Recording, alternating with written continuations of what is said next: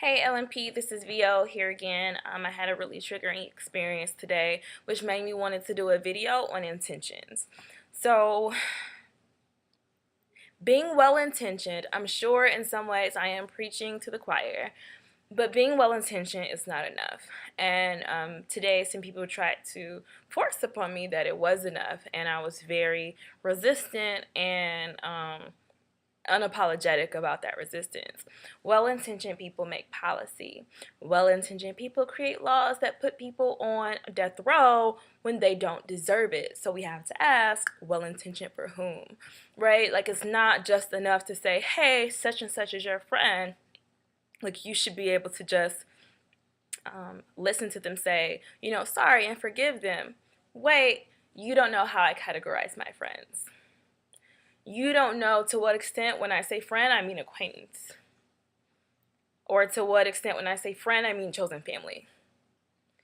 To what extent I say friend and I mean, colleague, right? So don't just jump to the assumption that because you know that I have a close relationship with somebody, you don't know how close.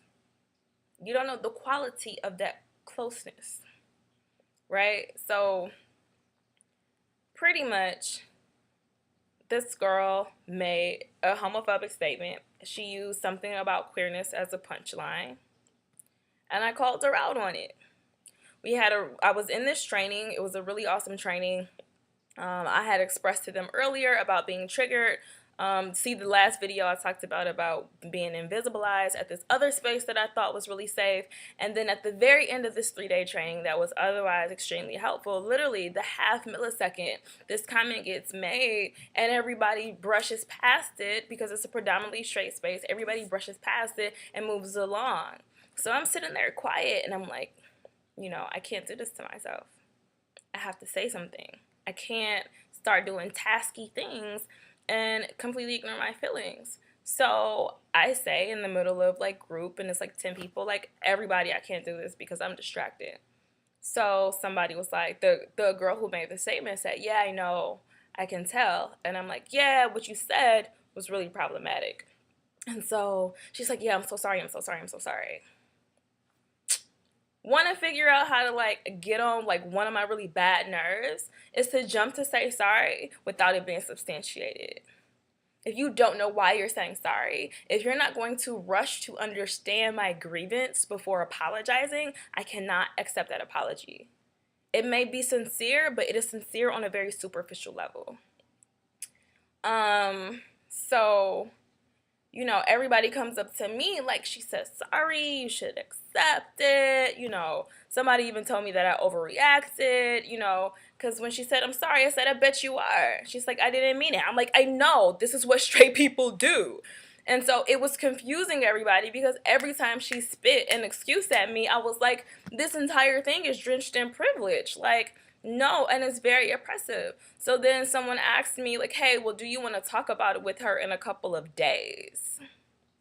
One, I'm not your teacher. And I told her and them, there are books and there is Google. I'm not teaching you anything. And I'm not going to wait for 2 days. I'm not going to delay my feelings 2 days just because you straight folk don't want to think about it right now. No, fuck you. So I'm like, hey, what I'm actually going to do is I'm going to call my roommate. I need somebody who can empathize with me and be there for me because they also identify as queer. I'm not going to address this issue any further with straight people. Madness. So I call my roommate. My roommate isn't available. So I call another friend. She's great and amazing. And immediately she's like, she said, what? I can't believe it. The thing that this woman did that those other people didn't do, I didn't need to teach her before she realized whether she should empathize with me. I didn't need to teach her before she knew that what got said was wrong and disrespectful. I didn't, when I said, hey, her apology was doused in privilege, I'm not accepting that shit. She was like, I know, I wouldn't have either. And so I'm like, yes, this is what it feels like to be affirmed. How are we going to be, counselors and doing all this work and stuff when somebody is asking me to take more of the blame for this situation than the person who actually did the triggering. We talk about emotional triggers all the time, but as soon as I connect triggers to inequality, everybody's confused and it's just me being sensitive. No. People tell me that I think too much from up here and not at the feeling level. No, you just don't understand how your feelings have been socialized, how your thinking has been conditioned. You don't get the fact that your emotions literally are directly tied to social structure and power structures. I get that, so that's the language that I use.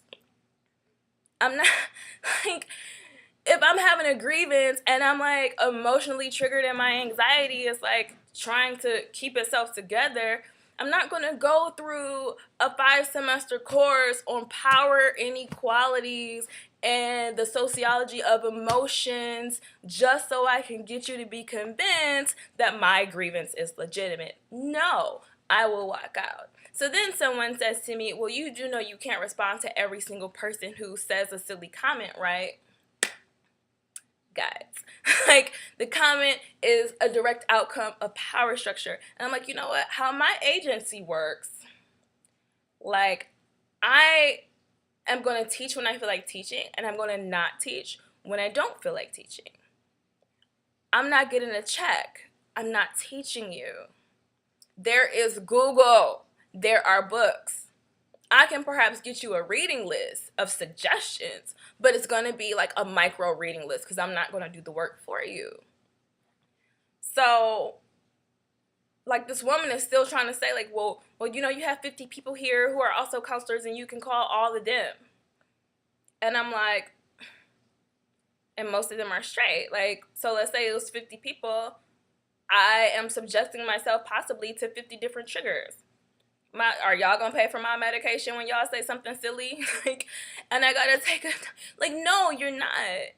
And I'm like, I'm always quality over quantity. So no, I don't need 50 people to support me at this organization. And so she's like, well, what about 10 people? And I'm like, okay, well, 10 is a more manageable number. And 10 is kind of what happened in this room.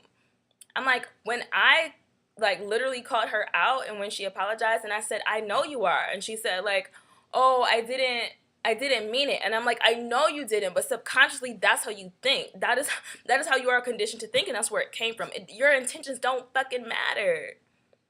And so some people felt like I was out of line. I'm like, no, I wasn't. I expressed myself. I have spent too much time keeping myself in silence. I'm like, that act was very calculated.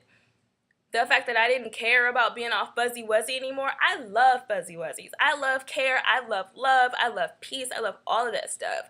But my peace won't be infringed upon. Sorry, not sorry. So I know how to distinguish and discern when that's appropriate or not. Because I bet it won't happen again. And if it does, it won't happen around me. But I'm pretty sure that that person will sit and think and calculate and reflect and be like, hey, I remember the last time I almost thought that saying this comment was okay, or I said this comment and the backlash it had. That's a lesson. That's a free lesson all in of itself. Me sacrificing myself in that space with those people, knowing it was unsafe, knowing I was the only person who self-identified as queer. Like, I knew what I was doing. I was making literally the sacrifice in that moment in time to say, this is what I'm going to do. This is the limb I'm going to go out on. I could just shut the fuck up and go home because everything was good for the past 3 days except for this. But I said no. And thankfully, I get to go home to a roommate who's also queer who I can process my feelings with. And so that definitely, like, went into me feeling safe enough to calculate, like, and, you know, call her out openly because I mean, that was free. That was Ricky. What's that? Oh, it wasn't Papa Cam. My cat was looking at the door, so I thought my roommate was coming in. But like,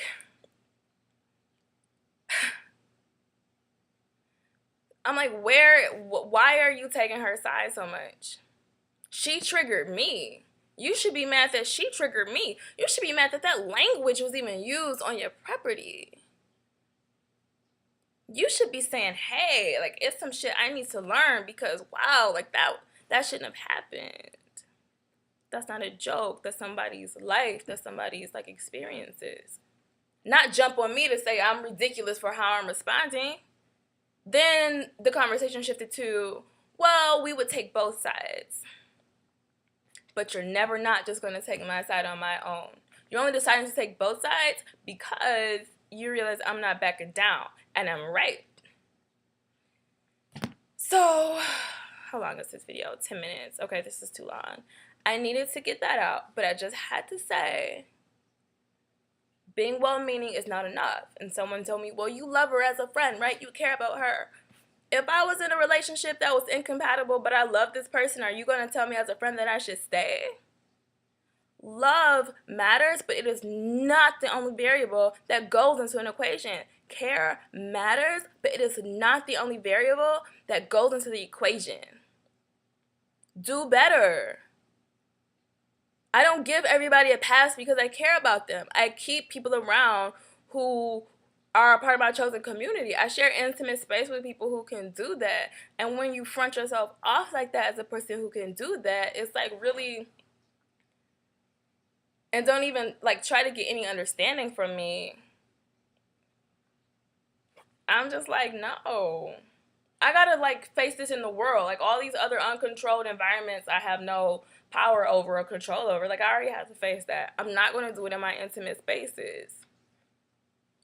I'm not. And no one should request or ask that I do. No. Then I have to explain to you what heteronormativity is. Then I have to explain to you what straight privilege is. Then you're going to ask me, oh, so how do you identify? And I have to explain that, like, what queer means to me. Like, all these fucking definitions and work I got to do on top of feeling what I'm feeling, on top of doing the emotional labor. And so it's like, no, and it's silly, you know what I mean? It's absolutely silly, and I just can't. It's intolerable, you know, and it's hurtful, and I don't have time for that.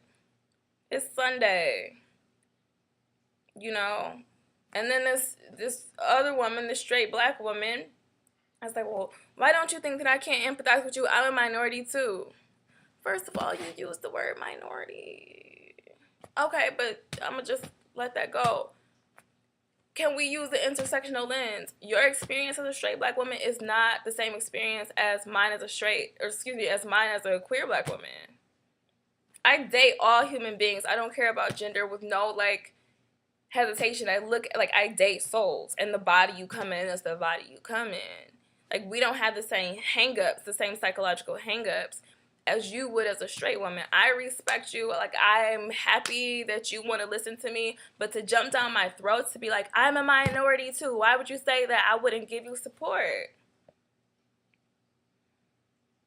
Just because you understand what it's like to be a black woman who's straight doesn't mean that you understand that other dimension to my identity. That means queer.